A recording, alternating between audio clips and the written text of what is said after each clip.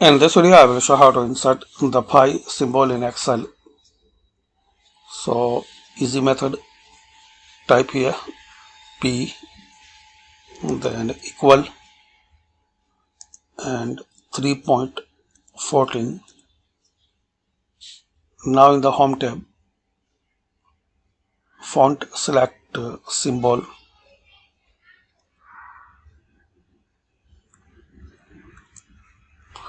press enter.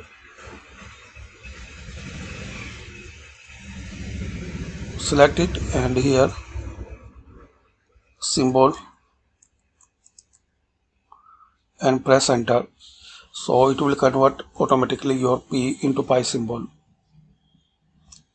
And another interesting,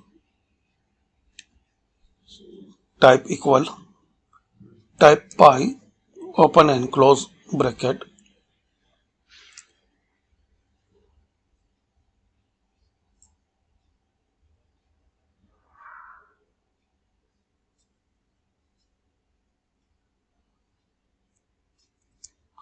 press enter. Type here equal pi, open and close bracket, then press enter. So you can enter the value of pi. Thanks for watching.